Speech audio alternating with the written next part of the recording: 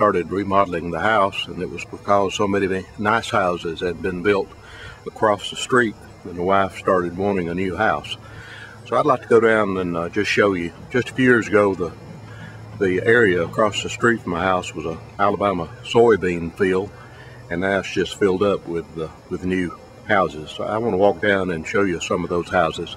I walked down the street here a couple hundred yards, and I call this house number 1. This is the first house in the row that was built in the soybean field. And right over here you'll see there's still an old barn. That's part of the old farm that used to be here. It's a very nice house. We'll call that house number 1. And here's house number 2. There's a beautiful green yard. You can see they're watering the grass this morning. It's been very dry here in this area. That's also a beautiful house.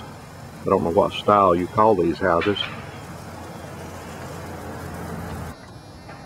This is house number 3, and it'll be the final house to be built along this road, along this row.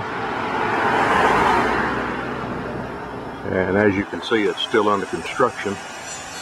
You can probably hear the carpenter's saws and the hammers. This is house number 4. And again, a beautiful green lawn in this house. And if you'll notice, I don't know if you can see back toward the back there, but most of these houses are built with 3-car garages. Seems to be the trend nowadays. A lot of these new houses are building brick column mailbox holders. You can see this one here. And the only problem is we have some little vandals in their neighborhood, and they come along with their 4-wheel drives and throw a rope around the column and pull them over and break them up. We've had 3 in the neighborhood that's been broken up lately. I guess youth has its disadvantages. This is new house number 5 in the row. If you notice there, they're in the process of redoing their front yard. They've planted landscape. I think they put sprinklers in the ground, and they have hay straw on the ground till the grass comes up. And right there you'll see one of the mailboxes has been torn down, and they're in the process of building it back up. And here's house number 6. And again, all these are straight across the street from my house, and they kind of run over a 200 or 300 yard area here. This is house number 7. It's directly across the street from my house, and this is probably the cream of the crop along this bunch of houses. That thing there has about 6,000 square feet in it. Has a swimming pool in the backyard, and has a circular drive in front. And it recently sold, I think, for about $600,000. So it's for sure the most expensive house, I guess, the fanciest house along this row. And I'll turn around here and you'll see it's directly across the street from me. So here we go.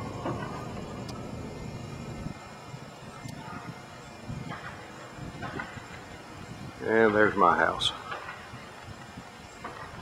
And this is house number 8. We've reached the corner where the road turns back to the left, and we call this one the house with 10 gables.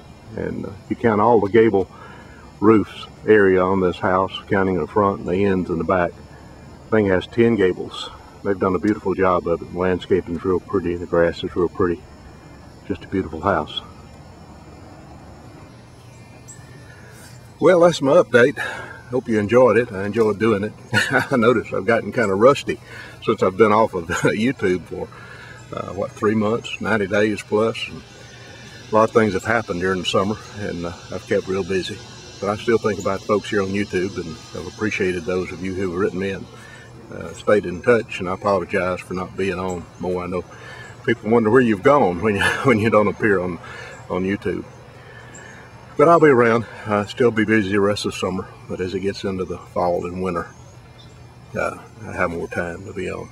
I want to mention something to you. And if you've been around on YouTube much, you've probably heard about it, and I've started taking part in it. And there's a new site on the internet. It's a video vlogger site, they call it. And I've gone over there and have enjoyed being a part of a new venture. It's called Vloggerhead. Vloggerhead.com. If you're interested, you might want to look that up. I've only put one video up on Vloggerhead, kind of an intro, But I do plan to do some more over there, and those videos may be a little bit different from what I do on this. I'm not leaving YouTube, but it may be a little bit different what I do on YouTube. I don't plan to put the same ones up here that I put up there. They'd be somewhat different.